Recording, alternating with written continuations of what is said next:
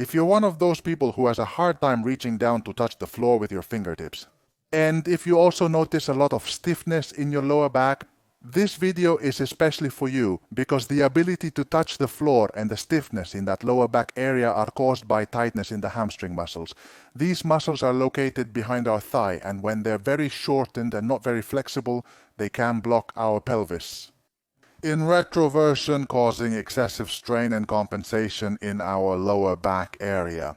So it will not only be good for touching the floor with your fingertips, but it will also help you improve your spinal mobility.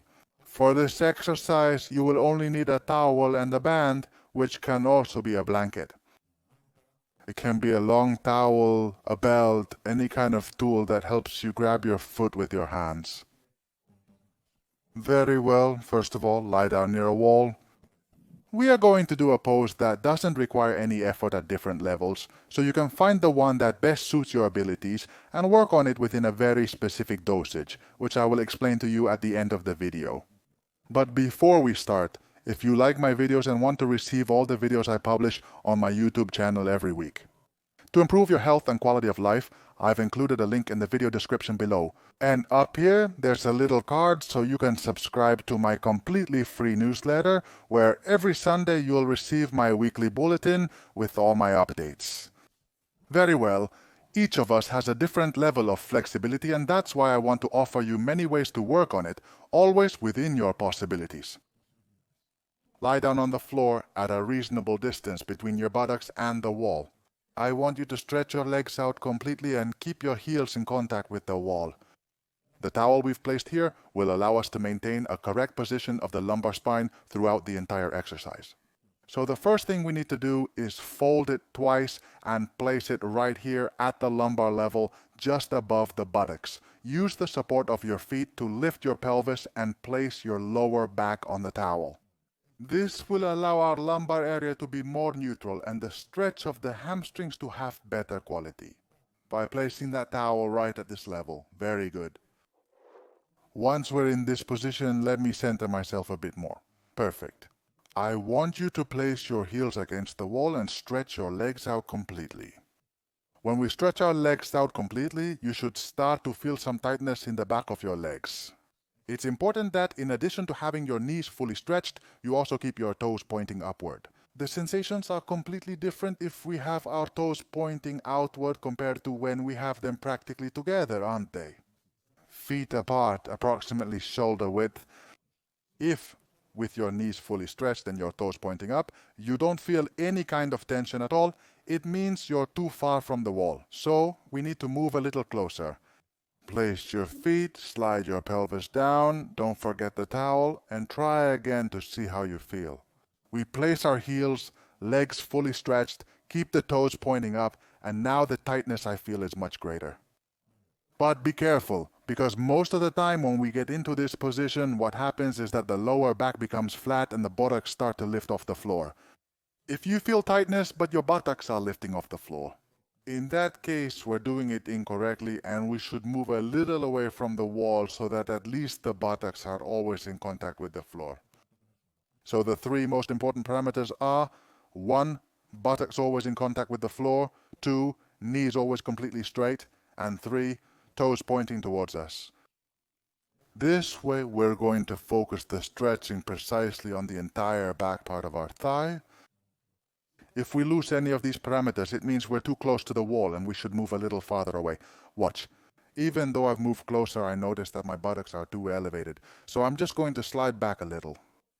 Move a little farther away from the wall to find myself in a much more comfortable position. What is this? Remember? Toes pointing straight up, knees fully extended, buttocks firmly supported. And from here, we simply stop, close our eyes, and enjoy the position. We're going to hold for 30 seconds once you find that distance, and then we'll look at ways to make the exercise more challenging. Instead of counting to 30, we're just going to take 6 breaths to make it more enjoyable, shorter, and more dynamic. We take a breath. We exhale. We don't lose those parameters. Knees fully stretched, toes pointing towards you, buttocks supported.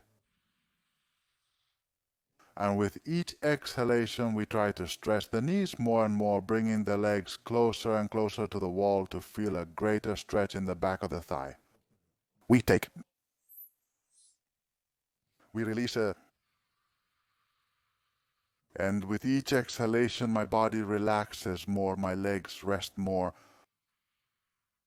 And I notice a greater stretch. We inhale.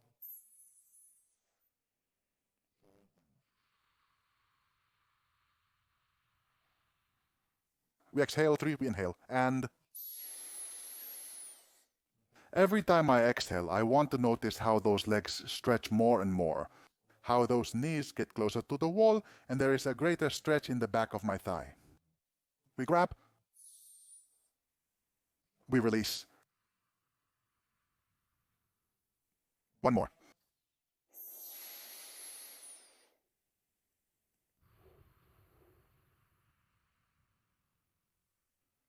We can work bipodally with both legs, remembering those parameters well. My feet are slipping outward slightly. The body will always seek comfort. But we can also do it with just one leg and that way feel more tightness on one side. It's also a great strategy. For that, what do I recommend? First, get a little closer to the wall. Since when we're doing it with just one leg, the tightness will be more localized and you'll be able to do it with greater intensity. I stretch one leg, bend the other, and now pretty much from the same position, I notice that I can pull much more, I can push this knee much more, and I could even get a little closer to the wall, if you want, like it, or find it uncomfortable. Working with both legs, doing one leg and then the other, can also be a great strategy to work individually. Very good. Imagine that this level is easy, that your glutes get very close to the wall and you want to add a bit more difficulty. For this, we have our belt, our blanket, our elastic band. I'm simply going to position myself with both legs, spreading out a little to be more comfortable, and rest both legs extended against the wall. Toes pointing toward me. As you can see, I'm going to take my elastic band and hook it at the ball of my foot, just below my toes. Here we're going to play with several things. We can work with the ankle joint or the hip joint. In both cases, we can use this ankle and hip mobility to help us. To increase the difficulty of the exercise, simply take the elastic band and pull that foot toward you. When you pull, wow, the intensity of the exercise will multiply by 10 and you'll feel much more tension in the back of your leg. I don't recommend holding it for 30 seconds. I basically suggest holding for 5 and relaxing, holding for 5 and relaxing. Hold for 5 and relax, and do sets of 10, 5 seconds on each side. That's what's going to allow you to progress and improve little by little. That flexibility, remember the parameters? Okay, buttocks don't separate, knee doesn't bend, tip of the foot always towards me, upwards, if I do the exercise this way. Or, with the ring bent, you can try it at home. Obviously, the sensations have absolutely nothing to do with each other. Okay, very good. When we've done 10, on one side, I recommend changing that elastic. You don't need to change position and work the opposite side. It's common to find one side of the body more flexible than the other. Humans are asymmetrical beings. We think we have to have perfect symmetry between one side and the other, but that's not the case. We are dominant. On one side, the views inside also play an important role and are not symmetrical between one side and the other in any case. So we have to embrace that idea of asymmetry and work around it. If you notice, one side is much stiffer, much shorter than the other. We could work it for more repetitions than the opposite side. For example, here instead of doing 10 on the right, I would do 15 on the left, since I notice it is stiffer. Pulling, we hold for 5 seconds, relax, pull, hold for 5 seconds, relax, pull, until completing the set of 15. This is regarding the ankle, as I already told you. How can we make this exercise even more challenging? I am probably losing some of the parameters, because this is already starting to exceed my flexibility capacity. From here, what do I want you to do? Will we keep those parameters? Buttocks in contact, knees straight, toes pointing toward me. And from here, we're not only going to bring the tip of the foot toward me, but also move that heel a little away from the wall. I'm moving it away in case you can't see. One is extremely difficult only for those who feel very comfortable and want to work a lot on their flexibility. Well, we could also get closer to the wall to increase that tension. I'm just gonna do 3 repetitions on each side, but you can go up to 10 repetitions to work on that flexibility as much as possible. So we really have a base position where we place ourselves with a basic tension that is already challenging, and different ways to add more tension to the hamstring muscles.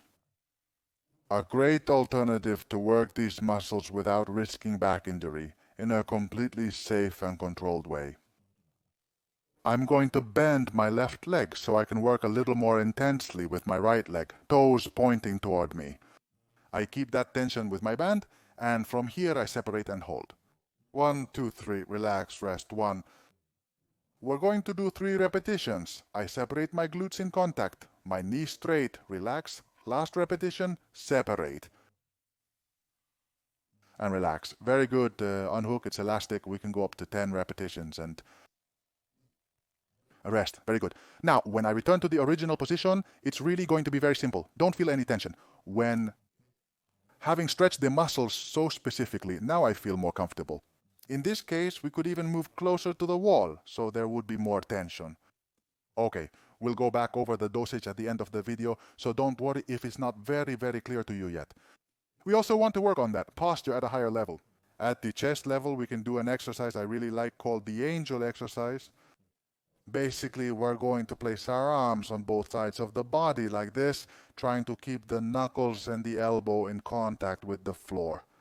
What this will do is also create an opening at the chest level and a contraction in the back that will improve our posture. In fact, it's one of the best positions to improve posture and the hunchback. And basically, we stay in this position. We can move the elbows further down to increase the intensity or further up, trying to bring those hands together above. But the important thing is always that both the knuckles and the elbows are in contact with the floor. And again, here we could work using time intervals. 5 minutes, 10 minutes, 30 minutes, whatever you feel comfortable with, whatever your body can handle. There is another alternative as well, which is very useful and many of my students like to work with it. And it's the L-sit, where basically we're going to reverse the support, placing our back against the wall and our legs stretched out. Give me a moment. When you finish doing the exercise, especially if you work on it for many minutes, rest for a short period of time. Basically, your back is going to have a bit of a hard time changing position. Discomfort may appear, so I recommend resting your feet, taking a few moments to rest, then lying on your side, sitting up, and then moving on. The next variation very well is basically the same. We position ourselves with our legs along the floor and place our lower back as close as possible. I have a small gap there between my buttocks and the wall. We place that towel at the lumbar level to respect the lumbar curvature and to ensure we have better quality work. And it's basically the same. Legs shoulder width apart, toes pointing toward me, knees straight. If we leave the knees bent or the toes pointing to the sides, as you'll see, the tension drops exponentially. So we have to maintain those parameters, okay? Buttocks supported, knees straight, toes pointing toward me. And we can work in the same way we've done so far.